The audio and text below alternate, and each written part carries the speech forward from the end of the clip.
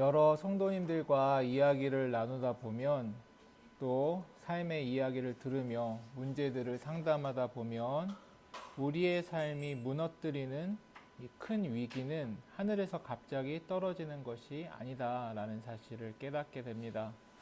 가장 치명적인 영적, 육적 붕괴는 언제나 지극히 일상적이고 사소해 보이는 영역에서 시작하게 된다라는 점이죠. 오늘 우리가 함께 읽은 잠언 6장은 우리의 일상을 무너뜨리는 세 가지의 구체적인 함정, 제가 가지고 있는 성경에는 제목에 실제적인 겉면이라고 되어 있거든요. 그래서 이 우리가 쉽게 빠지기 쉬운 하늘에서 뚝 떨어지는 우리가 우리의 삶에 갑자기 어려움이 생기는 게 하늘에서 갑자기 벼락이 떨어진다던가 이런 일이 아니지 않습니까? 실제적이고 우리의 삶에 가까운 어떠한 문제가 생길 수 있게 되는데 그 어려움을 어떻게 이겨갈 것인가, 우리는 어떻게 이길 수 있는가에 대해서 이야기를 나눠보도록 하겠습니다. 크게 세 가지로 볼 수 있는데요.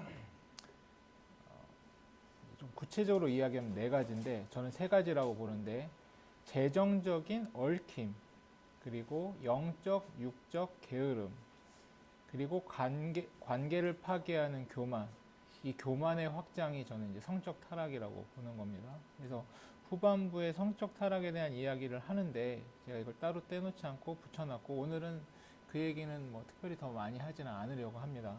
우리가 여러 차례 다룬 적이 있기 때문에요.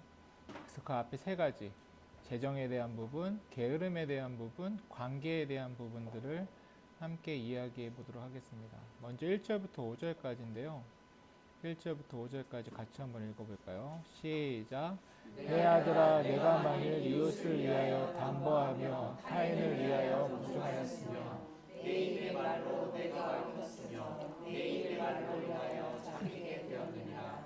내 아들아, 내가 내 이웃의 손에 빠졌은즉 이같이 하라. 너는 곧 가서 겸손히 내 이웃에게 간구하여 스스로 구원하되 내 눈을 잠들게 하지 말며 내 눈을 감기게 하지 말고, 노루가 사냥꾼의 손에서 벗어나는 것 같이 새가 그물 치는 자의 손에서 벗어나는 것 같이 스스로 구원하라.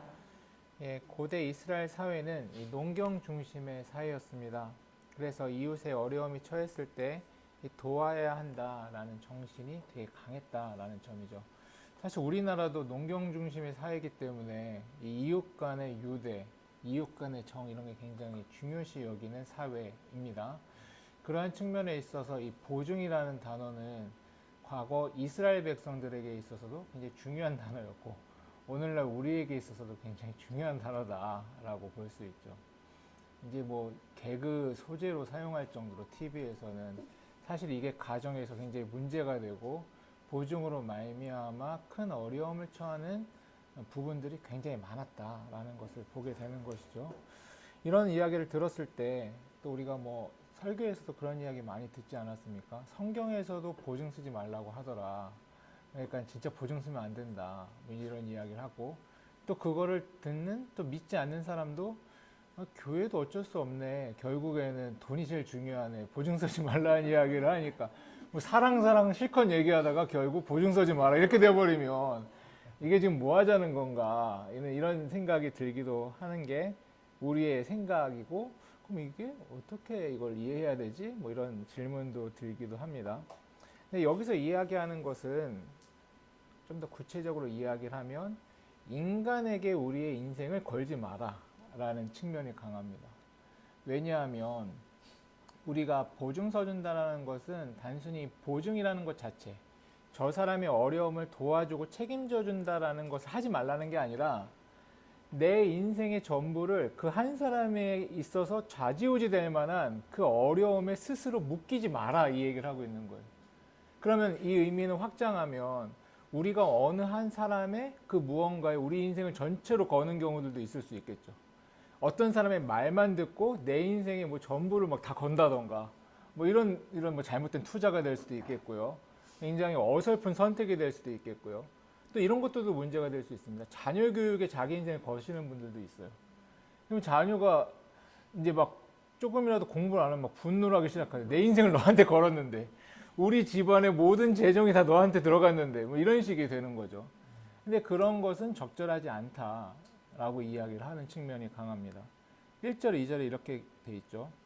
내 입의 말로 내가 얽혔고 잡히게 되었다. 2절에서 이렇게 얘기하지 않습니까? 다시 말해서 너의 인생에 있어서 너가 무엇에 잡혀야 되는 존재냐면 하나님께 잡혀야 되는 존재인데 엉뚱한 것에 잡혀 있지 말아라. 왜 그것을 스스로 너의 인생을 얼마나 인간이 약하고 그 손바닥 뒤집듯이 마음이 쉽게 변하고 그리고 얼마나 변덕스러운 존재인데 그 인간의 말이나 인간의 상황이나 인간의 어떠한 꼬임에 넘어서 당신의 인생을 거는가 이 얘기를 하고 있는 것이죠. 굉장히 어리석고 굉장히 위험한 짓이다 라고 이야기를 하는 것입니다.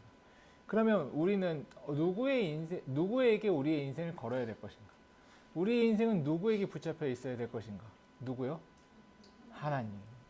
우리는 온전히 예수 그리스도께 하나님께 우리의 인생이 걸려 있어야 된다라는 이야기를 하고 있는 것이죠.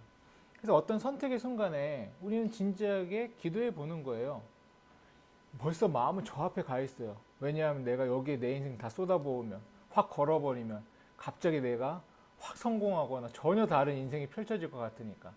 근데 겸손히 기도해 보는 겁니다. 하나님 이렇게 하는 게 맞을까요? 하나님 내 인생을 그런 방식으로 운영해 가는 게 맞겠습니까?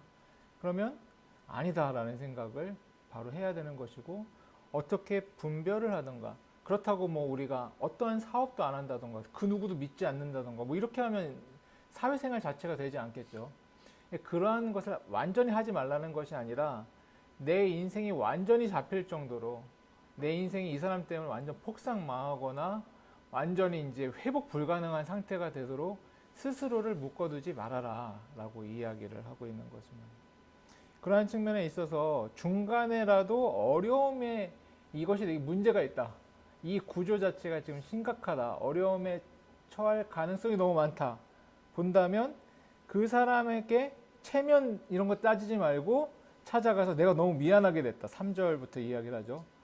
이 내 이웃의 손에 빠졌거든 겸손히 가서 사실 겸손히 갈 필요가 뭐가 있습니까? 담보 서준 사람이 근데 다시 겸손히 가서 내가 생각이 너무 짧았다.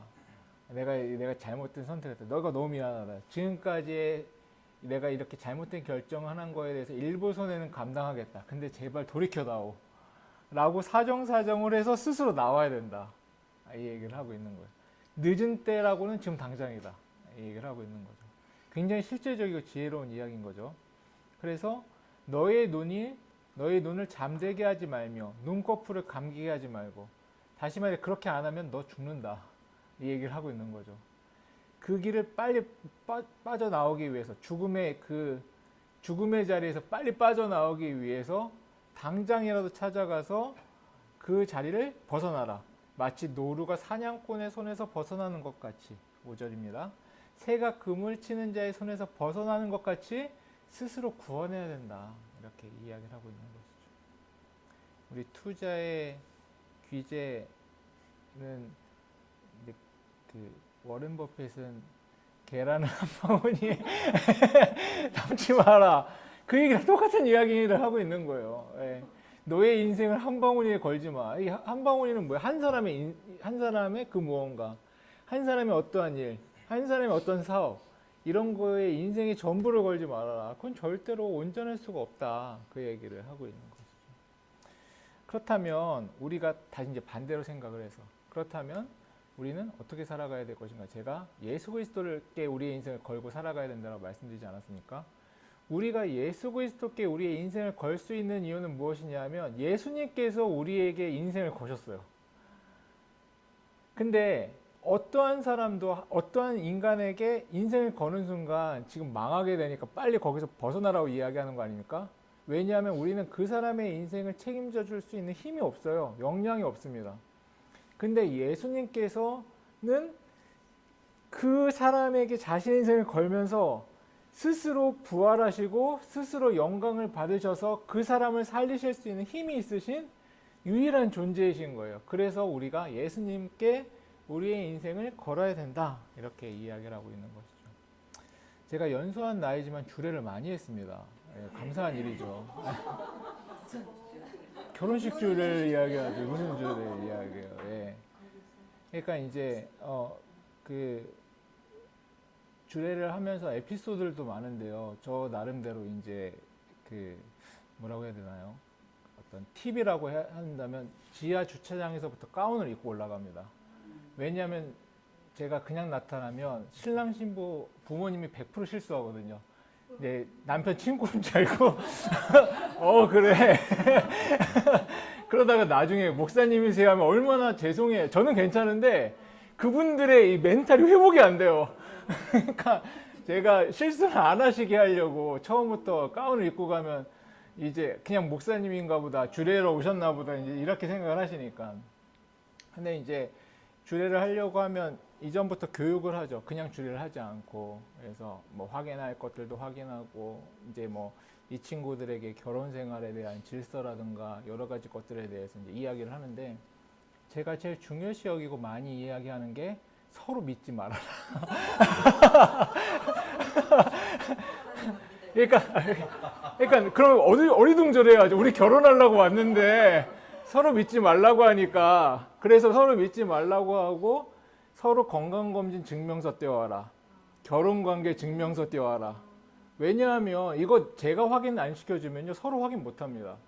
왜냐하면 너나 못 믿어? 왜 이런 거 떼어오라 그래? 이제 이렇게 돼버리면 이게 문제가 되는 거예요.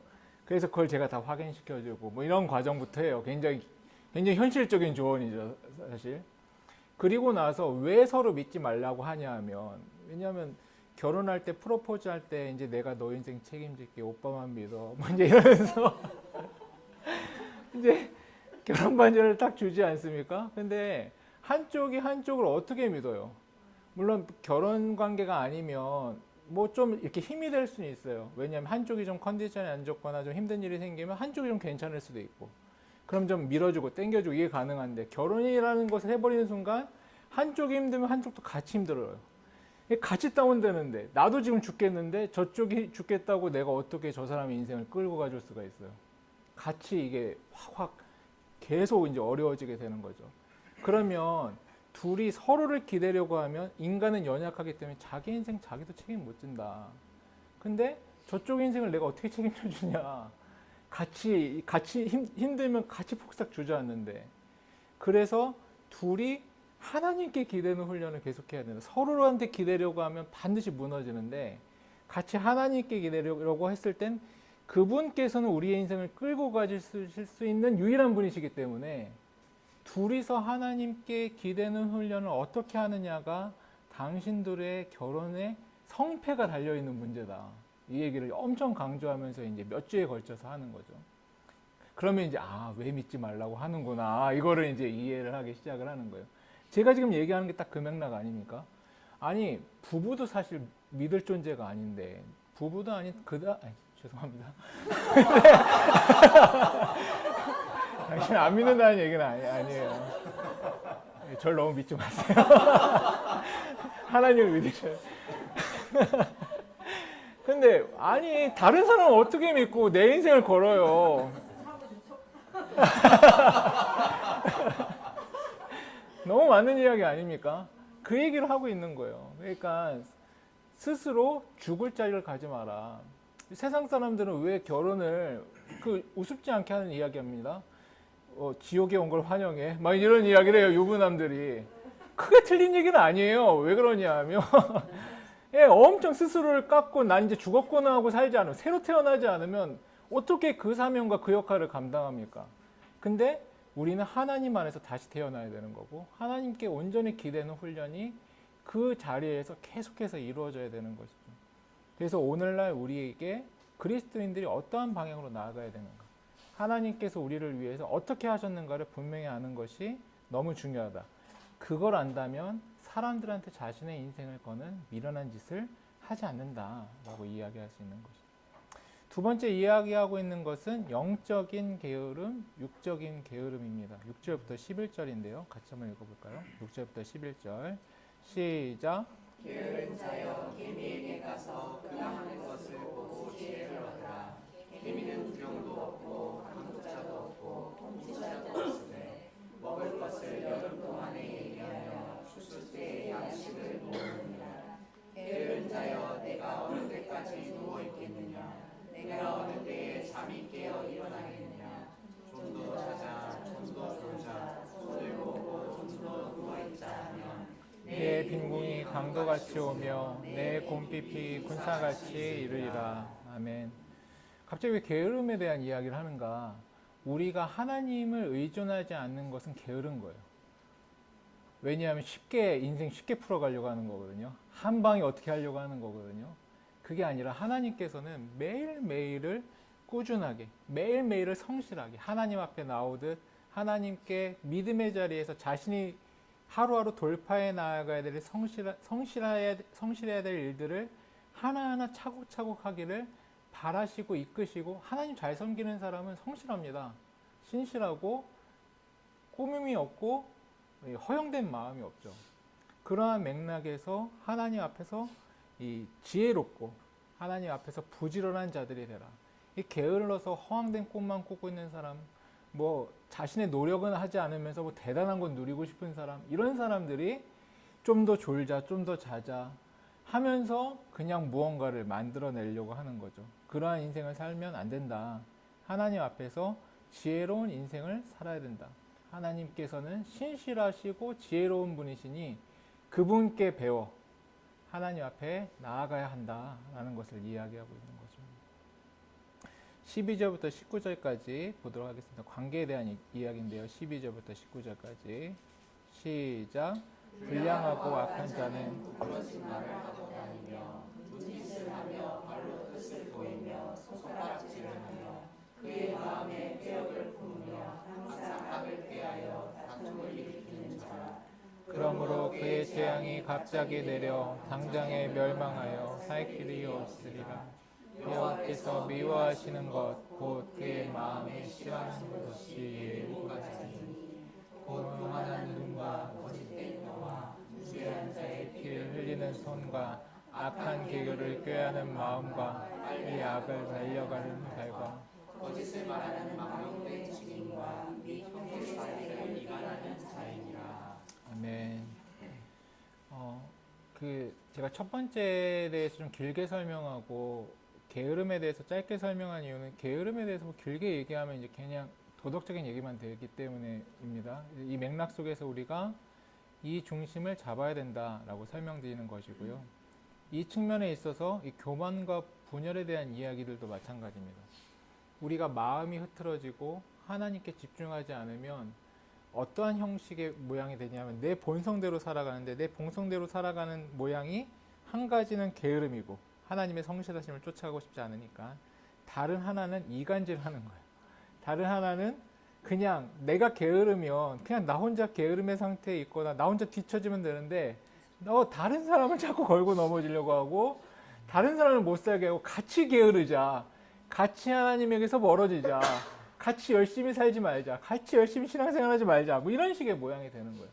또 열심히 하는 사람 흉보고 깔보고 문제 있다라고 하고 그 모든 것들을 하지 말아라 이야기를 하고 있는 것이죠. 여기서 다 이야기를 하지 않습니까? 불량하고 약한 특징에 대해서 이제 이야기를 하고 있는데요.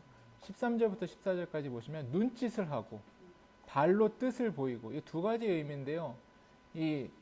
그 당시에도 좌식 생활을 하기도 하고 했는데 이제 발로 이렇게 툭툭 친다던가 이제 이렇게 못살게 구는 거예요. 손짓을 하면서 하는 식으로. 또 실제로 그 안 좋은 곳으로 걸어가는 것을 빠르게 한다, 이런 의미가 있는 거고요. 그리고 마음의 패역을 품고 항상 악을 꾀하여 다툰다, 이런 이야기를 하고 있습니다. 이것이 이제 히브리 문학과 히브리인들이 잘 쓰는 표현이에요. 문학적 표현은 인간의 손과 발과 마음, 그리고 이 육신에 대해서 설명을 하는 게 영적인 부분이 육적인 부분과 나눠져 있지 않기 때문에 그래요. 그 게으름, 아까 그 앞에 게으르지 말아라 라고 이야기를 할 때, 게으른 것은 내가 육체만 게으른데 난 영적으로는 부지런해, 이게 말이 안 되는 이야기인 거예요. 그러니까 1차적으로 몸이라도 빨리 움직여라. 그러면 내가 이러고 있을 때가 아니야, 하나님 앞에 더 나아가야지, 내가 깨어서 기도해야지. 이런 식으로 바뀐다는 겁니다. 사람이 얼마나 이렇게 미련하고 좀 독특한 존재냐면요. 심정이 좀 다운됐거나 이렇게 계속 기분이 안 좋으면 운동을 하면 심박수가 높아지니까 자기가 기분이 좋은 줄 알아요. 그러면서 진짜로 마음이 바뀝니다. 그러니까 이 심리학자들이나 이런 사람들이, 정신과 의사들이 운동하세요, 운동하세요 이런 이야기 하는 이유가 그 다른 이유가 아닌 거죠. 그런 만큼 육체와 이제 정신이 연결되어 있는 것이고, 또 이 측면, 관계적인 측면에 있어서도 자꾸 안 좋은 쪽으로 내 관계나 나라는 존재를 이제 안 좋은 모양으로 형성하지 말고 좋은 사람으로서, 좋은 모양으로서 계속해서 그러한 방식으로 나아가야 된다라고 이야기를 하고 있는 것입니다. 김경지 목사님께서 지난주에 이 시편 1편을 이야기해 주셨는데, 그 부분에서도 이 부분이 굉장히 잘 드러납니다. 악인의 꾀를 따르지 않는다, 죄인의 길에 서지 않는다, 오만한 자의 자리에 앉지 않는다.